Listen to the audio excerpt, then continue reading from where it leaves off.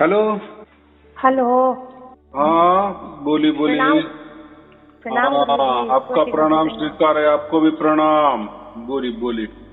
गुरुजी साष्टांग प्रणाम, शत शत नमन। हाँ प्रणाम स्वीकार है।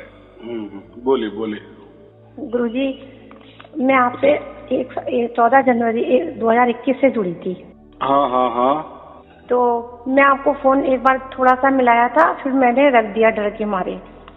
हाँ, डरने की क्या बात है उसमें।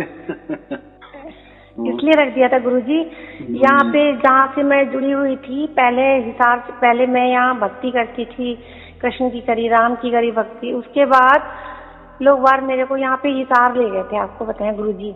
हाँ हाँ हाँ। बोले में मैं खैर भक्ति उनकी करती रही, तो यहाँ भगत लोग जितने भी आए थे उन्होंने कहा तुम अपना मंदिर हटाओ यहाँ से, तुमने मंदिर रखा है। तो उन लोगों ने मंदिर वगैरह वो लोग सब उठा के ले गए, आपको बताएं। क्योंकि श्रीवास्तव जी भी रिटायर हो चुके थे और ये दोनों आंखों से ब्लाइंड हो गए थे 2010 में। यही कैस्को में थे, जीनियस थे, बहुत अच्छे थे, लेकिन पहले एक आंख चली गई थी, 3 साल उन्होंने BS नहीं लिया था। फिर गुरुजी उनकी दोनों आंखों की रोशनी चली गई थी, वो दोनों आंखों से ब्लाइंड हो गए थे। तो फिर उसके बाद में मैं 2018 में 27 दिसंबर को इन्होंने शरीर छोड़ दिया, आपको बताएं गुरुजी। तो जब ये चले गए तो फिर मैं पहले तो इनकी सेवा करती थी, तो मुझे बहुत मतलब, और जो लोगों ने बताया था वो करती रहते थे। उसके बाद जब ये इन्होंने शरीर छोड़ दिया तो मैं गुरुजी बहुत रोती थी, और मैं कबीर साहब से लड़ाई भी बहुत करती थी। बहुत लड़ाई करती थी कि आपने मतलब, मैं उनके बच्चों की तरह सेवा करती थी और मैं बिल्कुल, आपने मुझे अकेला कर दिया। तो खैर गुरुजी 2019 में गुजरात के मिले, तो मैं गुजरात जो थी बड़े वाले बेटे से कहा कि मुझे गुजरात में मुझे करा दो, कबीर साहब के यहाँ की मिले, शायद कबीर साहब की इच्छा होगी। मैं उनसे बहुत लड़ाई करती थी कबीर साहब से। तो गुरुजी मैं गुजरात चली गई, आपको बताएं। तो गुजरात में मैं उनके यहाँ गई तो थोड़े मतलब उन्होंने मुझे अपने आश्रम में भी रखा, उनके यहाँ बहुत लोग भी थे, आपको बताएं। तो मैंने कहा इनके यहाँ इतने अच्छे अच्छे लोग हैं, पिक्चर की भी हीरोइन वगैरह सब इनके यहाँ है, इतना। खैर मैं अपने सरल भाव में भक्ति करती रही देती। और गुरुजी वो भी चले गए, आपको बताएं, वो भी बंद हो गए। वो ही बंद हो गए। किसी वो तो आप तो अंतर्यामी है, जानते हैं। तो वहाँ जो जितनी लेडीज थी वो भी बंद है उनके साथ में। तो गुरुजी जब वो भी बंद हो गई हैं तो फिर मैं गई थी उनके यहाँ, आपको बताएं। फिर उसके बाद में इन लोगों ने, मेरा सब लोगों ने मजाक उड़ाना शुरू कर दिया कि तुम जहाँ भी जाती हो बंद हो जाते हैं, अब तुम तीसरा गुरु करोगी। तो मैंने बस गुरुजी डर के मारे फोन रख दिया आपका। मैं आपको सही बात बता रही हूँ। आज तो मेरी आपसे एक बार बात हुई थी, मार्च अप्रैल में फोन मिलाया था गुरुजी। बहुत सत्संग भी सुनती थी और रोती भी थी, बस यही डर के। बस आपने शाम को फोन में उठा भी लिया था पहले फोन पे, तो आपने कहा था अभी कि मैं सुनती रही, आप प्रवचन सुनना। और बस गुरुजी बस इतने देर आपसे सब्सक्राइब होते, तो शाम का समय था, मैं भी डर रही थी, पर आपकी वाणी मेरे अंदर चली गई थी। तो बस इसीलिए फोन नहीं मिला रही थी मैं। तो एक दिन मैं हिम्मत करके 14 जनवरी को मैं यहाँ बैठी हुई थी कमरे में, और आज भी मैं उसी कमरे में बैठी हुई हूँ। तो इस कमरे में गुरुजी बहुत तेज प्रकाश आया, इतना तेज प्रकाश आया कि कमरे का रंग बदल गया, और कबीर साहब की फोटो जो थी वो गायब हो गई। तो मैंने कहा कि मैं गुरुजी को बताऊंगी कि गुरुजी ऐसा ऐसा हो रहा है मेरे साथ में, ये क्या है। इतना प्रकाश, पूरा कमरा लाइट से भर गया है, और कमरे की सब कमरा बड़ा पूरा लाइट से भर गया। या तो मैं गुरुजी को बताऊंगी, गुरुजी खुश होंगे। जो फिर भी मेरी हिम्मत नहीं पड़ी, वही शब्द कानों में गूंजते रहे कि लाखों करोड़ों आत्माओं का कल्याण हो रहा है सार शब्द से। एक दिन फिर इनका सालिग्राम जो सोनी भैया है, इनसे मैंने मैसेंजर पे नंबर लिया था। तो उन्होंने कहा कि दीदी आप डरिए नहीं, आप गुरुजी को फोन मिलाइए, नहीं तो कहीं आप प्रकृति में ना चली जाएं। इस लाइट को देखते देखते, या कहीं ऐसा ना हो जब तक मतलब कवच नहीं है मेरे पास, सुरक्षा कवच नहीं होगा, आप कहीं दीदी ये लाइट आपको प्रकृति में ना गिरा दे, नीचे ना गिरा दे। और आप गुरुजी से बात कर लीजिए और अपनी सारी बात बता दीजिएगा कि मैं इसलिए फोन नहीं मिला रही थी। तो भैया ने मुझे पूछा था कि आपकी बात हुई कि नहीं हुई। तो मैंने कहा फोन तो मिलाया था, 4 बजे के करीब मिलाया था, शायद गुरुजी आराम कर रहे होंगे। तो बोले आप बस मिलाती रहिए, उनसे निवेदन कर लीजिए। तो फिर मैंने कहा ठीक है, मैं व्हाट्सएप पे गुरुजी से निवेदन करूंगी। फिर मैंने इस कमरे में बैठना बंद कर दिया था गुरुजी। जैसे इस कमरे में आऊं प्रकाश ही प्रकाश आना शुरू हो जाता था और पूरे शरीर में इतने वाइब्रेशन थे, इतने वाइब्रेशन कि मैं उन वाइब्रेशन में समझ में नहीं आ रहा था, इतने तेज वाइब्रेशन थे। और प्रकाश में बिल्कुल पूरा कमरे की जो कलर था वो भी सब प्रकाश के अलावा कुछ नहीं था पूरे कमरे में। तो गुरुजी फिर मेरी आप रक्षा करिए और इस प्रकृति से मुझे आप बचाइए। तो अब आप मुझे सही मार्ग दिखाइए। मैं इस कमरे में नहीं आती हूँ, मैं इस कमरे में बिल्कुल नहीं आती हूँ, इसीलिए नहीं आती हूँ।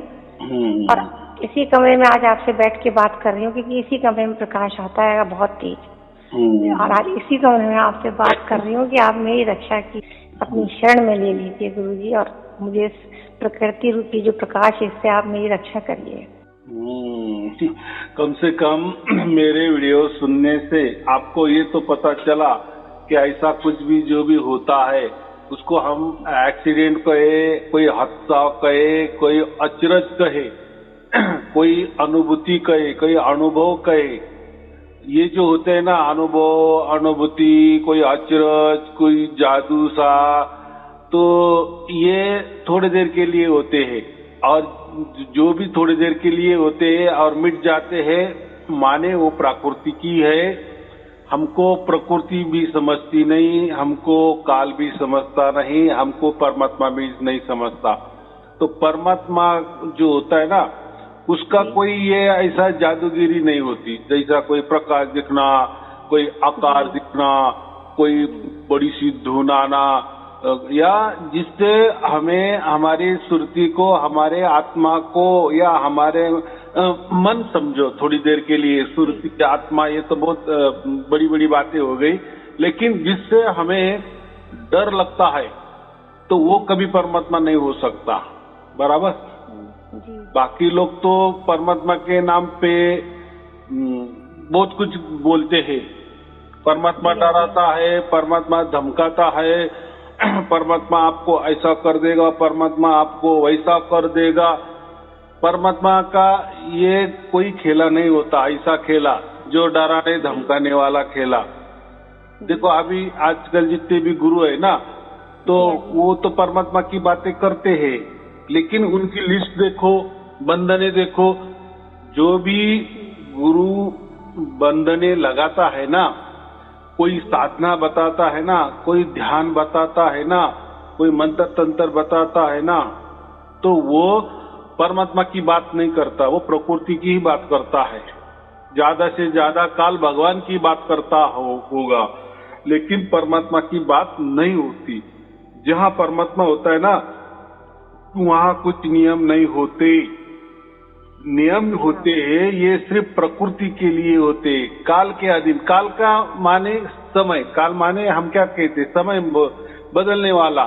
जन्मता है, थोड़ी देर के लिए रहता है, थोड़े मिनट के लिए रहता है, थोड़े घंटे के लिए रहता है, थोड़े दिन के लिए रहता है, थोड़े बरस के लिए रहता है और नष्ट हो जाता है। यानी कभी न कभी नष्ट होता ही है।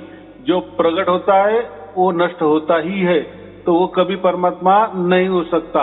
जैसा आपने कहा ना, और आपने तो उसका जवाब भी दे दिया कि जैसा मैं मेरे खोली में आती हूँ तो मुझे प्रकाश दिखता है, और वो जैसा दिखता है वैसा जाता भी है, तो वो कोई परमात्मा नहीं होता। कोई बोलते हैं ना मैं यहाँ जाता हूँ तो मुझे ऐसा बड़ा सा आवाज आ जाता है।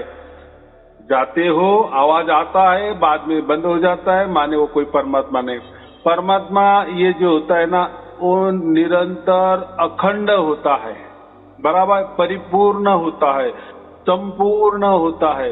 उसमें कुछ कमी भी नहीं है, उसमें कुछ ज्यादा भी नहीं है, और वो आदि अनादि से है, अभी भी है, आगे भी रहेगा। उसमें कोई बदलाव नहीं है। ये जो बदलाव होते हैं ये सब प्रकृति वाली बातें होती है, बराबर। और ये जो नियम होते हैं ये प्राकृतिक नियम होते। परमात्मा किसी के ऊपर कोई नियम नहीं लगाता, बराबर। उसको कोई प्रकृति चलानी नहीं है, बराबर। उसको कोई ब्रह्मांड चलाने नहीं है। उसने निर्माण किए और काल के हाथ में दे दिए, समय के हाथ में दे दिए कि अभी इसका रख रखाव करो।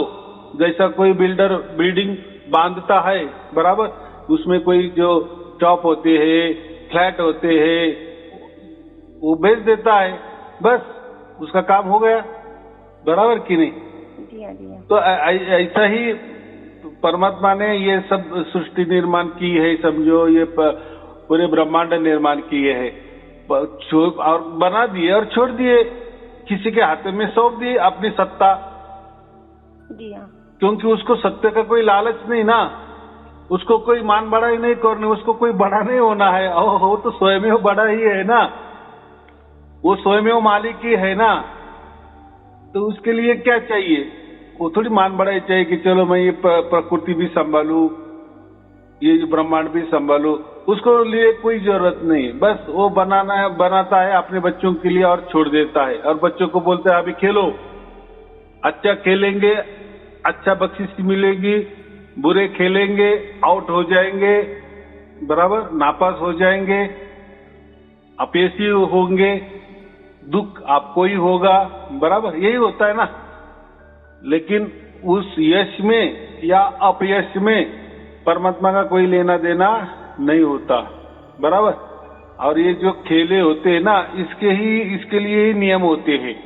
तो जो भी गुरु के पास हम जाते हैं, वो चाहे कितनी भी बड़ी बड़ी बातें क्यों ना करे परमात्मा की, लेकिन कथनी अलग और करनी जो वो करता है, यानी वो जो बताता है, वो कोई लिस्ट देता है कि ये नियम है, ये नियमों में चलो परमात्मा मिल जाएगा। अगर आप ये नियम से हटेंगे, नियम तोड़ेंगे, बस आपको परमात्मा माफ नहीं करेगा। तो धल्लड़े से नकार देना, उस बात को समझ लेना कि इनके पास काल भगवान है, ना कि परमात्मा है, बराबर। काल भगवान माने ये जो सृष्टि चलाने वाला, जिसके हाथ में ये सृष्टि चलाने की सत्ता है, वो काल भगवान भी परमात्मा का ही बच्चा है ना, बड़ा बच्चा हम जो कहते हैं। तो गुरु जो होता है ना, वो समझने के लिए मैंने आपको दे दिया है। जो भी गुरु आपको कोई मंत्र तंत्र देता है, कोई ध्यान में बिठाता है, या चलते फिरते ध्यान करवाने को बोलता है, यहाँ लक्ष्य टिकाओ वहां लक्ष्य टिकाओ ऐसा कहता है, या यहाँ परमात्मा है वहां परमात्मा है ऐसा कुछ बताता है, कोई नियम वगैरह लगाता है, खुद की पूजा करवा लेता है, खुद के शिष्य बढ़ाता है, खुद की मान बढ़ाई करता है, खुद के बारे में, या वो जो कोई स्थापन करता है, गुरुगद्दी स्थापन करता है, उसके कोई बुक पुस्तकें निकलता है, प्रसार प्रचार करता है, बराबर।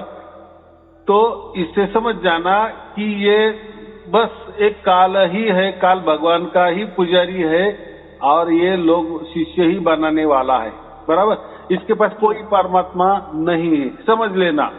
क्योंकि परमात्मा के यहाँ कोई नियम नहीं है, परमात्मा ना किसी को शिष्य बनाता है, परमात्मा के लिए मान बढ़ाई की कोई जरूरत नहीं होती है, बराबर। तो ये बातें परमात्मा की होती। परमात्मा स्वयं में स्वयंभू है, परिपूर्ण है, उसके लिए किसी की मान बढ़ाई की आवश्यकता नहीं होती, वो परिपूर्ण है, संपूर्ण है, और लबालब प्रेम से भरा है, बराबर। हम क्या कहते हैं उसको, उसके अंदर लबालब प्रेम ही भरा है, ऐसा समझो वो प्रेम का ही पुतला है। बस वो जो भी बोलेगा उसके मुख से प्रेम ही निकलेगा, और वो प्रेम का ही सबके ऊपर बौछारे करेगा। और दूसरी महत्वपूर्ण बात, उसकी भी ऊंचा, और परमात्मा जो होता है ना, वो परम आनंद होता है। बस जब परमात्मा प्राप्त होता है ना, तो आनंद ही आनंद हमारे जीवन में आता है, लगेच नहीं तो आप बोलेंगे मुझे तो अभी साक्षात की प्राप्ति हो गई, परमात्मा प्राप्त हो गए, तो मैं तो दुखी क्यों हूं, वो नहीं। तो कैसा है देखो, हम अभी रह रहे काल के अंदर रह रहे ना, प्रकृति के अंदर रह रहे ना, और हमें तो काल के अंदर प्रकृति के अंदर नियमों का ये करना पड़ता है ना, नियम पालन करने पड़ते हैं ना, बराबर। अब भी हमें परमात्मा प्राप्त हो गया है, तो वो ऐसा समझो कि प्रकृति का भी दिल नहीं दुखाता, काल का भी दिल नहीं दुखाता, उसमें से अपने बच्चों को अलगत से उठाता है, बराबर।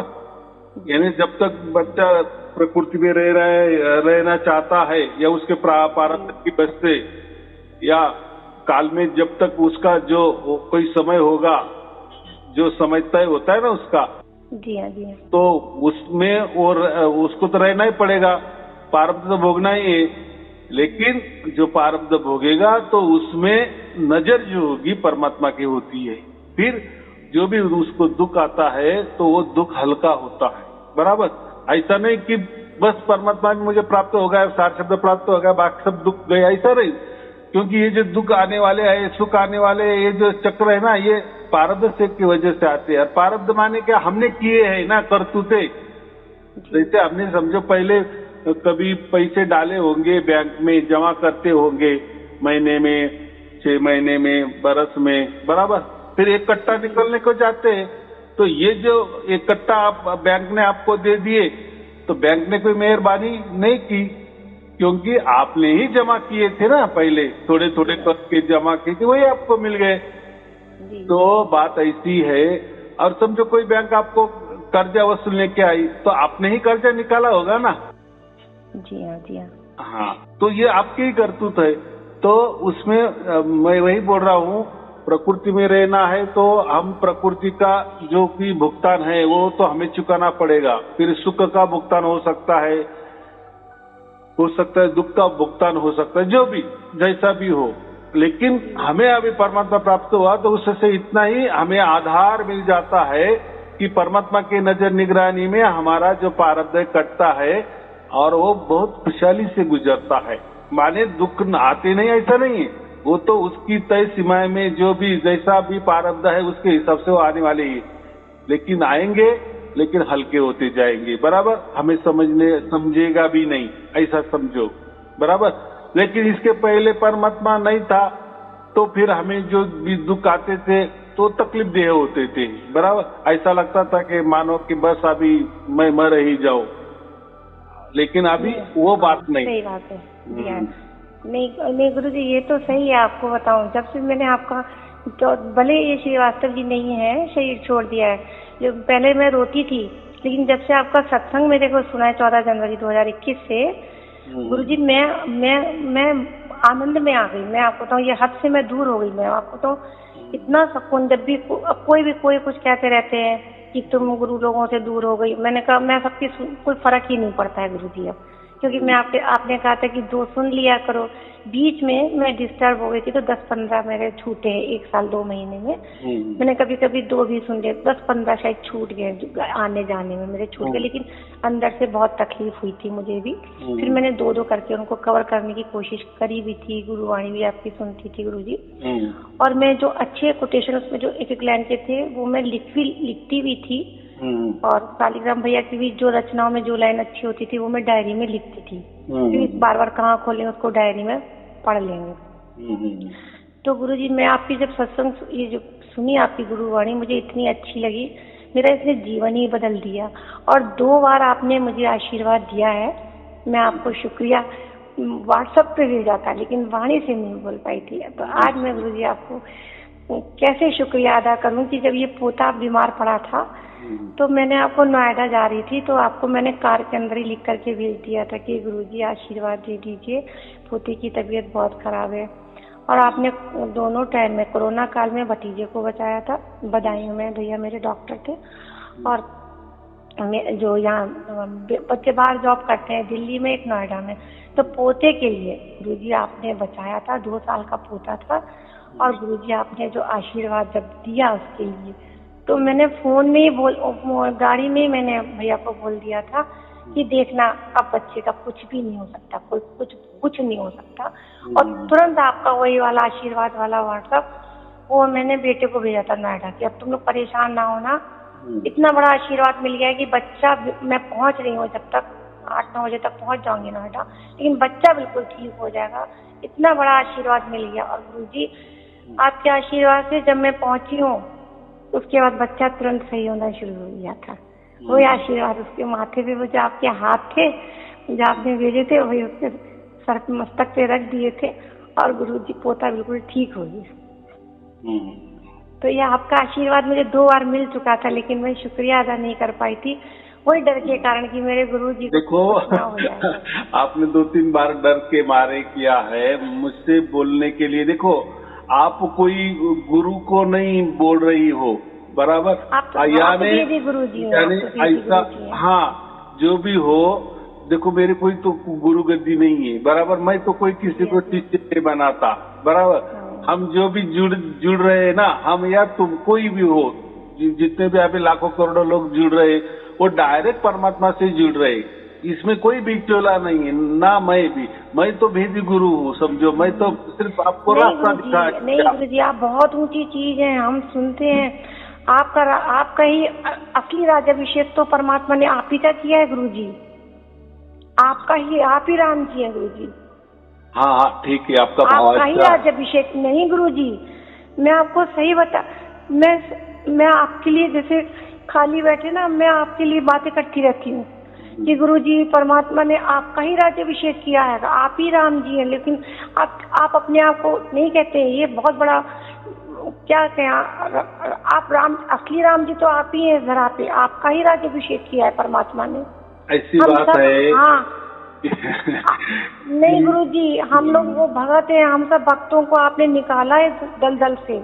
आपने हम लोगों की पुकार सुनी है। मैं तो इतने गुरु गद्दी देखी हुई हूँ, और मैं बहुत आपकी वाणी में, और आपको जो देखती हूँ, जो मैं देखती रहती हूँ, जब आपकी फोटो देखती रहती हूँ, मैं नमन करती रहती हूँ, उसके वजह से सुनती रहती हूँ, आपको नमन करती रहती हूँ कि गुरुजी राज्याभिषेक तो आप ही का हुआ है और किसी का नहीं हुआ है राज्याभिषेक। लेकिन ये आप अपने आप को छुपाए हुए हैं, लेकिन ये तो मेरी अंतरात्मा जानती है कि आप राम हैं। हाँ, बात ऐसी है, मैं मेरी ड्यूटी कर रहा हूँ। जो भी परमात्मा ने मुझे ड्यूटी लगाई, मैं ड्यूटी कर रहा हूँ, बराबर। ऐसी ही आप भी अभी किसी की शिष्य नहीं बनना। अभी आपकी ड्यूटी क्या है, डायरेक्ट आपको अभी बाप मिल गए ना। जब तक नहीं मिला था तब तक आपने कहा नहीं कि मैं बहुत सारे गुरु गद्दियाँ गई हूँ। हाँ गई हूँ, लेकिन अभी नहीं। अभी ऐसा समझो कि अभी आपका कष्ट का जो है ना, वो फल मिल गया है अभी, बराबर। अभी आपको डायरेक्ट परमात्मा मिल गया है। अभी कोई बिचौला इसमें नहीं है। तो आपने जो भी कुछ किया है ना, उसका ही ये नतीजा है, ऐसा समझना और चलना। अभी जैसा अभी आपका स्कूल हो गया, अभी कॉलेज में आप दाखिल हो गए, तो अभी पहला नहीं है। देखो हम भी बहुत सारे अपने गुरु किए, माने बहुत सारे लोगों के शिष्य ही बने ना आज तक। और कोई गुरु सबको शिष्य ही बनाता है ना, कोई गुरु आपको संत नहीं बनाएगा। और संत किसको कहते, जिसका डायरेक्ट परमात्मा से कांटेक्ट होता है, या परमात्मा ही उसके अंदर प्रकट होता है, सत्य की प्राप्ति उसको मिल होती है, या सत में ही वो 24 घंटे रत होता है, उसको हम संत कहते हैं ना। तो हम संत बन गए। अभी शिष्य बने ना, बहुत बार बने, बहुत गुरु भी किए, शिष्य भी बने, लेकिन अभी टाइम वो नहीं है, क्योंकि इसके पहले परमात्मा नहीं आए थे। अभी तो परमात्मा आए, सबके घर घर जा रहे और सबके अंदर प्रकट हो रहे हैं। परमात्मा उसका काम कर रहा है, और मैं तो उसका ड्यूटी कर रहा हूँ। मैं वही बता रहा हूँ ना। हाँ बराबर, आपके अंदर परमात्मा प्रकट हुआ नहीं हुआ, कैसे हुआ, कैसे हो रहा है, कैसा होना चाहिए, ये परमात्मा है या नहीं है, या आपको और कुछ करना है या नहीं करना है, ये मेरी ड्यूटी है। और मैं बराबर कर रहा हूँ, वही ड्यूटी कर रहा हूँ, और सबको वैसे की वैसे प्राप्त हो रहा है। उसमें कोई अलग अलग बात नहीं है, बराबर। और जिसके पास परमात्मा नहीं होता तो वो बातें अलग अलग ही करता है। वो देखो, अभी आपको अनुभव हुआ ना, और आप खुद साक्षी हो ना, जो भी आपके अंदर जो भी घटा, वो तो आप सच मानोगे कि नहीं उसको। हाँ गुरुजी, प्रकृति ने मुझे करा था, और इसने रंग भी दिखाया, आपको बताएं, बिल्कुल खुली आंखों से। तो मैंने सोचा, बस वही चीज थी कि मैं गुरुजी आपसे बहुत दिनों से सोची, महीनों से सोची थी कि आपसे बात करूंगी, पर मैं हट जाती थी वहां से। आपकी गुरुवाणी सुनती थी, ये बाहर बैठ जाए खुली आंखों से, नीला हरा लाल ये प्रकृति दिखाती थी, तो मैं हट जाती थी वहां से। फिर मैं आपकी गुरुवाणी सुनती थी, लोग आते थे, पर मैंने आपको नहीं छोड़ा गुरुजी। ये मैंने आपको नहीं छोड़ा है गुरुजी। आज उसी का नतीजा है कि आज आपसे मेरी आज मेरी राम जी से बात हो रही है, आज परमात्मा। आप गुरुजी हम लोग तो देहधारी हैं, लेकिन आप गुरुजी विधेयी हैं, दोनों में अंतर है। हम लोग इसीलिए हम लोग देहधारी हैं गुरुजी, लेकिन आपका जो राज्याभिषेक किया है आप विधेयी हैं गुरुजी। आप वेदी गुरु भी हैं, आप विधेयी भी हैं, आप राम जी भी हैं। मैं जैसे मैं कोई वाली यहाँ कुछ करती हूँ गुरुजी, तो मैं आपको बोलती रहती हूँ, मैं ऐसी गुरुजी ये हो गया, गुरुजी ये हो गया, और गुरुजी आप ये, गुरुजी आप ये, ऐसे बोलती रहती हूँ। खाली आप गुरुजी बोलती रहती हूँ गुरुजी। हाँ, विधेयी हम किसको कहते हैं? विधेयी माने आपको याद करती रहती हूँ, कुछ भी होता है आपको याद करती रहती हूँ। हमें आंखों से जो दिखता नहीं हमें आंखों से, बस उसको हम विधेयी कहते हैं। और देही किसको कहते? जिसका देह धारण किया है और जो आंखों से हमें दिखता है उसको हम देही बोलते हैं। और विधेयी यानी उसका देह होता है लेकिन वो हमसे दिखता नहीं है, बस इतना ही। इसी तरह से मैं विधेयी हूँ, बाकी कुछ परमात्मा में नहीं। तो परमात्मा जो विधेयी होता है ना, परमात्मा, उसके लिए भी विधेयी कहा गया है। लेकिन परमात्मा विधेयी माने उसको विधेयी भी नहीं कह सकते हम, क्योंकि देह की बोली ही नहीं है, देह का कोई उसका आकार भी नहीं है, देह वाली कोई उनके अंदर वस्तु ही नहीं है, तो वो परमात्मा विधेयी भी नहीं हो सकता। बराबर। ये लोग तो ऐसे बोल देते हैं कि मैं विधेयी हूँ, मैं गुरु विधेयी हूँ, मैं आपके सपनों में आ जाऊंगा, मैं आपके त्रिकुटी में आ जाऊंगा, मैं आपके ब्रह्मरंध्र पे आ जाऊंगा। वो तो एक ढकोसला है। देखो, देह हो या विधेय हो, बात तो एक ही है ना। उस दोनों में ही देह आ गए ना, दोनों में देह आ गए ना। लेकिन गुरुजी आप राजा जनक जी की तरह हैं, आप विधेयी अवस्था में हैं। हाँ, तो ऐसा है, वो जो गुरुजी राजा जनक जी की तरह है आप। देखो अभी विधेयी अवस्था में है गुरुजी। हाँ, नहीं गुरुजी, बराबर। मैं बोलता हूँ वेदों में कैसा है, दो प्रकार के ये भेद बताए हैं। एक, आत्मा को ही सब कुछ मानते हैं, यानी आत्मा ही अंदर बाहर सब कुछ आत्मा ही है, वहाँ कोई परमात्मा को जगह नहीं मिलती। जब जैसे आपने अभी कहा ना, जो अष्टावक्र थे उनके, यानी जो जनक राजा ने अष्टावक्र को अपना गुरु माना था, बराबर, जो जिसका अंग 8 जगह ये बाका हुआ था उसको अष्टावक्र कहते हैं। तो जो अष्टावक्र था तो वो जो बातें करते थे ना, वो सब विधेयी वाले बातें करते थे, माने आत्मा के ही बातें करते थे। आत्मा ही अंदर है, आत्मा ही बाहर है, आत्मा ही सब कुछ चलाता है, आत्मा ही आत्मा है, बस आत्मा के सिवा कुछ नहीं है। लेकिन दूसरी ये जो थ्योरी है हमारे कबीर साहब की, कबीर साहब ने इसका खंडन किए, आत्मा ही आत्मा नहीं होता, तो आत्मा अलग होता है, परमात्मा अलग होता है। बराबर। आत्मे लाखों कब्जा अब्जों में हो सकते हैं, और वो जैसे है वो भी आदि अनादि से है, वैसे की वैसे, सिर्फ उनका ट्रांसफर यहाँ वहाँ हो जाता है। बराबर। लेकिन परमात्मा जो होता है वो एक ही जगह है, और वो सबका आधार है, और वो सबको देखता है माने ऐसा नहीं उसको कोई आंखें, ऐसा नहीं, वो एक बोलने का जरिया है, कहने का जरिया है। बराबर। हाँ, तो वो दो थ्योरी है। वो जो विधेयी जो कहा है अष्टावक्र गीता में, वो थ्योरी अलग है, उसमें सब कुछ आत्मा ही आत्मा है, अंदर बाहर ऊपर नीचे खचाखच आत्मा है, आत्मा ही सर्वश्रेष्ठ है, उसमें वो कहा गया है। लेकिन कबीर साहब के थ्योरी में वो नहीं है, ये अलग थ्योरी है, यानी इसमें दो दिखाए गए हैं, एक आत्मा होता है और एक परमात्मा होता है। बराबर। वो गीता में भी वही कहा है, आत्मा और परमात्मा उन्होंने भी दो कहा है।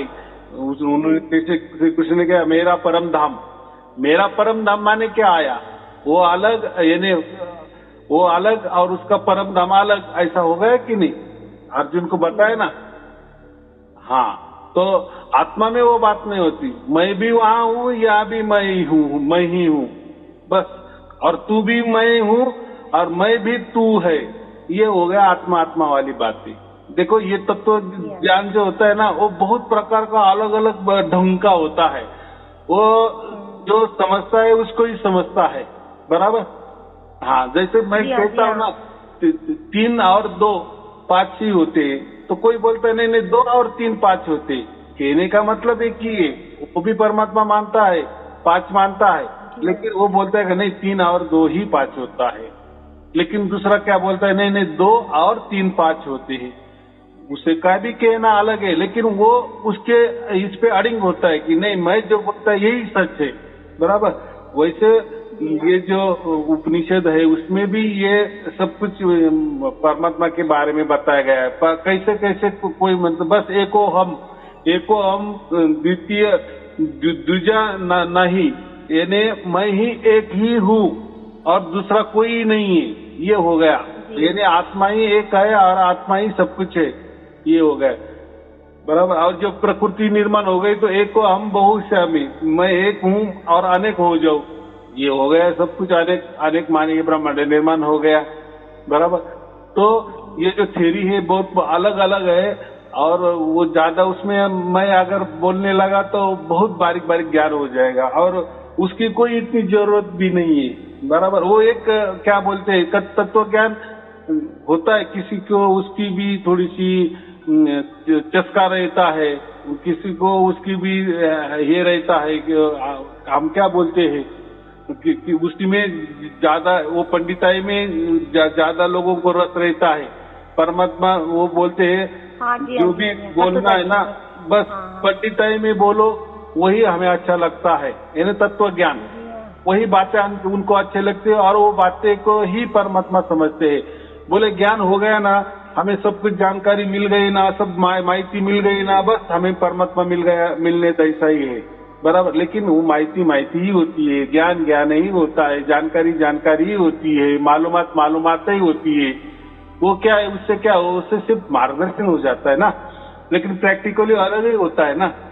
और जब हमें वो प्रैक्टिकल में मिल जाता है परमात्मा, तब सब ये सब हक्के के बक्के हो जाते हैं, बराबर। और जितने भी आजकल गुरु है ना, वो किसी का भी जो बोलते हैं ना तो सहारा लेके बोलते हैं, और जो भी कुछ देते हैं ना, वो कोई ध्यान विधि देते हैं, समझो कोई मंत्र देते हैं, तो वो दाखले भी देते हैं ना, धर्म ग्रंथ का दाखला देते हैं, कोई पंथ का दाखला देते हैं, कोई धर्म का दाखला देते हैं, धर्म ग्रंथ का दाखला देते हैं, कोई साख्या का दाखला देते हैं, दोहे का दाखला देते हैं, श्लोक का दाखला देते हैं।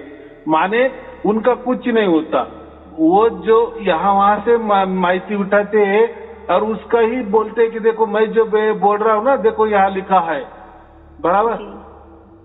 अरे भाई, आपने अगर परमात्मा प्राप्त किए ना तो आप आपकी बात रखो ना, वो तो लिखे गए दोहे हैं, पहले धर्म ग्रंथ पहले ही लिखे गए हैं, वो महापुरुष थे, उन्होंने क्या किया क्या नहीं वो तो हो गया। लेकिन मेरी बातें, आपकी बातें वो महापुरुषों के ऊपर क्यों थोपते हो, वो साख्या के ऊपर क्यों थोपते हो, धर्म ग्रंथ क्या यानी आधार क्यों लेते हो?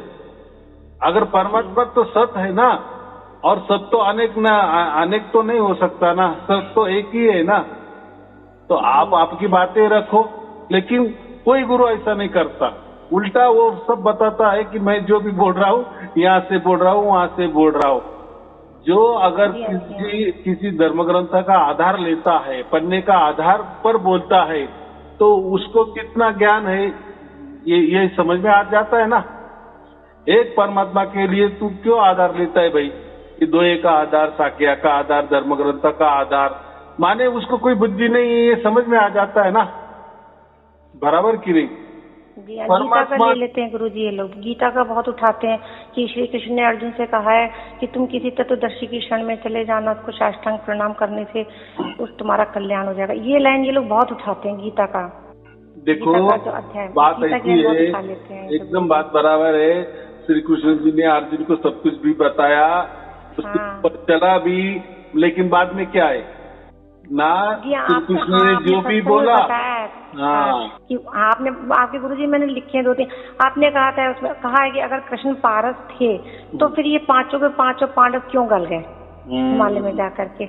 और आपने गुरुजी अष्टावक्र जी का जो जब वो हंसे हैं तो आपने गुरुवाणी में बताया था, मुझे बहुत अच्छी लगी थी, मैं सबको बताती हूँ आपकी याद। आपने कहा था जब वो लोग हंसे थे तो अष्टावक्र जी ने यही कहा था कि ये बताओ, ये तुम लोग मेरे ऊपर हंसे हो या उस बनाने वाले के ऊपर हंस रहे हो।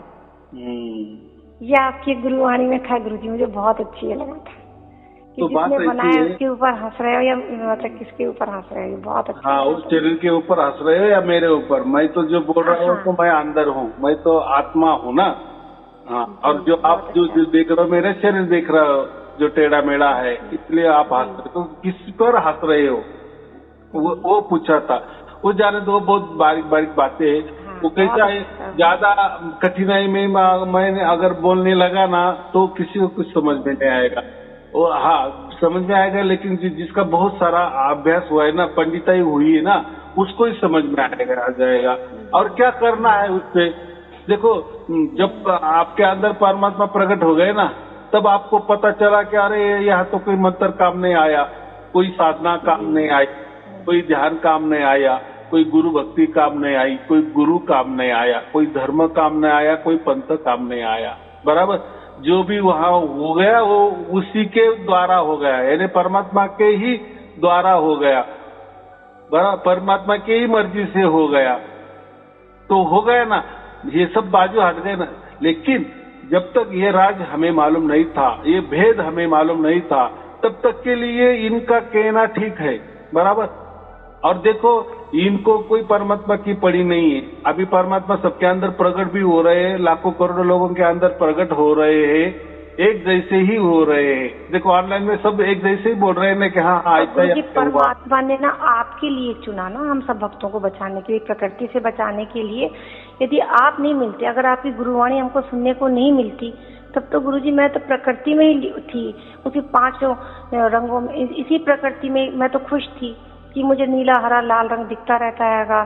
तो मैं, अगर गुरुजी आपकी गुरुवाणी सुनने को नहीं मिलती, तो हम तो 84 लाख योनियों में घूम जाते गुरुजी। हाँ, अभी आपने लाख टके की बात की। अगर ये हरा पीला रंग अगर आप किसी गुरु को बताती ना, तो वो गुरु उसकी कॉलर टाइट कर देता और 1000 लोगों को बोलता, देखो ये मेरे शिष्य को परमात्मा ने कैसा लीला दिखाया, हरा रंग दिखाया, हाँ पीला गुरुजी, रंग मैं दिखाया, फंस जाती। प्रकाश दिखाया।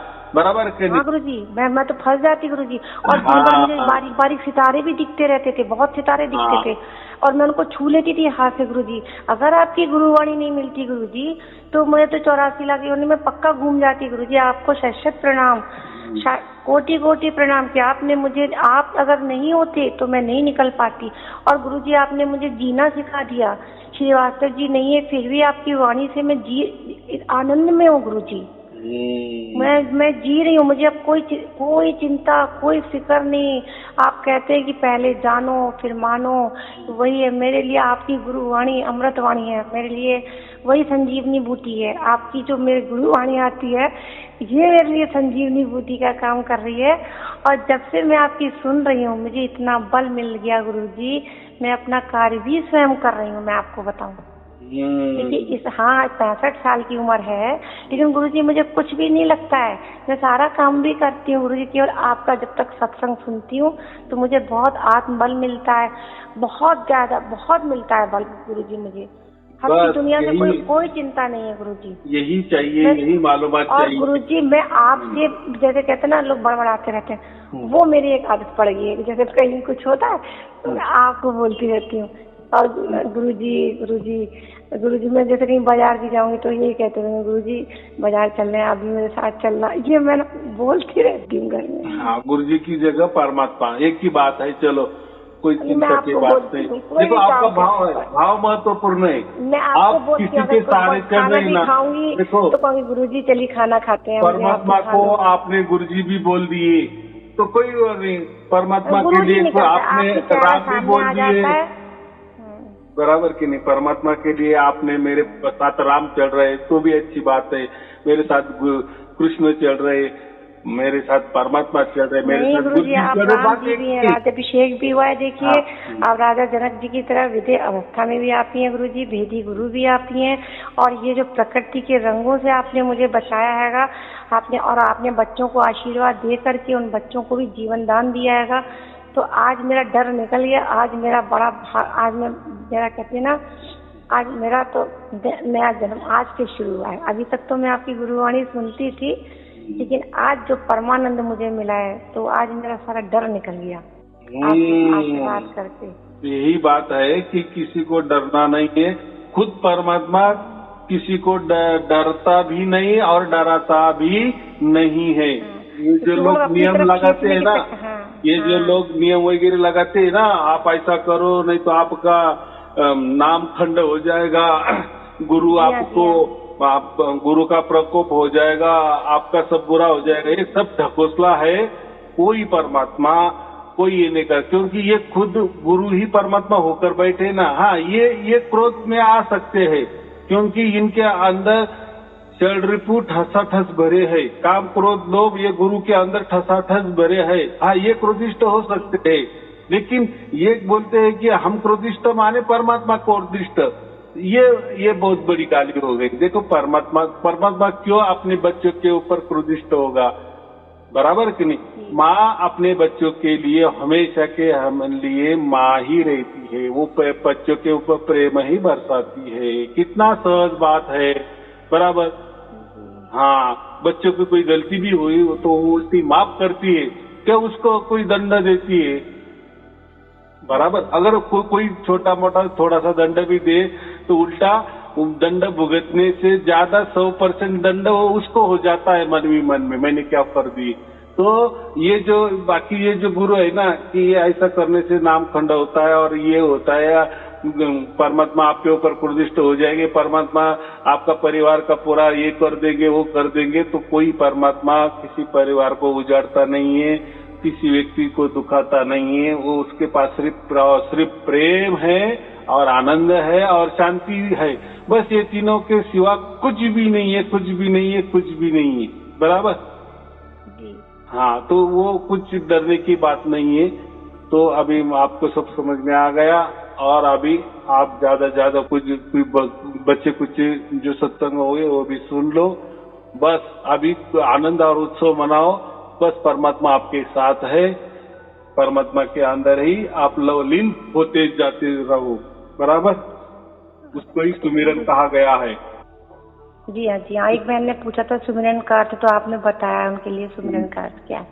तो सुमिरन हमसे नहीं करा, ये सुमिरन हम करते हैं ना, अभी परमात्मा हमारा सुमिरन कर रहा है। हाँ, राम हमारा जाप करे, हम बैठे विश्राम करना है, बाकी कुछ करना नहीं। लगे चाहे आपको कुछ काम चाहिए तो बस ये लोगों को बातें बताता जाना, फिर वो बातें लोगों को पसंद आए या ना आए, वो देखो फिर वो और परमात्मा देखेंगे ना। लेकिन हमारे ओर से तो लोगों के कानों तक तो बात तो जा रही है ना, शुभ संदेशा तो जा रहा है ना परमात्मा का। हम अभी देखो, हम किसी गुरु का काम नहीं कर रहे, हम अभी परमात्मा का काम कर रहे हैं, बराबर। जो सबका बाप है, सर्वोच्च शक्ति है, सर्वशक्तिमान है, बराबर, परिपूर्ण है, ऐसा और आदि अनादि जो है उसका हम काम कर रहे हैं। परमात्मा स्वयं परमात्मा का काम कर रहे हैं, बराबर। परमात्मा ने तो हम आपको तो कोई काम नहीं बताया, लेकिन हम हमारी ओर से करेंगे, हम हमारा हाथ बटाएंगे, ये बहुत महत्वपूर्ण है ना, बराबर। हाँ, परमात्मा को कोई शिष्य नहीं बढ़ाने, कोई गुरुगद्दी नहीं बढ़ानी है, बराबर। क्यों परमात्मा ऐसा कहेगा मेरा ही झंडा लेकर आना चाहिए पूरे। वो तो हम लोग को 84 लाख योनियों से बचा रहे हैं, बस वही काम उसको वो तो अपने आत्म बच्चों को बचा रहे हैं बहुत। हमको हमारा देखना है, हम अकेले आए या अकेले जाने वाले, हमारा देखना है। परमात्मा के सब बच्चे है ना, तो वो बराबर देखेगा क्या करना है, पूरे विश्व पे झंडा ले रहना है या नहीं ले रहना है। अगर उसका काम है तो वो ले रहेगा, बराबर, वो उसका काम है वो करेगा। लेकिन हमारा कर्तव्य क्या है, कम से कम हम तो हमारा भला तो करे, हम तो पहले तो मुक्त हो जाए, हमें तो मोक्ष का गारंटी तो मिल जाए, बस हमें तो मिल गई ना, फिर अभी हम दूसरे के लिए करना, बराबर। पहले हम पक्के हो जाना, फिर दूसरों को पक्के करते जाना, बराबर। और वो भी कोई जोर जबरदस्ती नहीं है, जैसा हल्का हल्का करते करते जाना, हो गया, किसी का भाग्य उदय हो गया, मिल जाएगा उसको भी परमात्मा, बस वो भी खुशी के मारे झूमेगा नाचेगा, वो आपको कहेंगे देखो आपने कहा तो मैंने ऐसा किया तो मुझे प्राप्त हो गया, बराबर कि नहीं। ये ऐसा ही चलता है ना, यही परमात्मा का हाथ बटाने का काम इसको कहेंगे ना।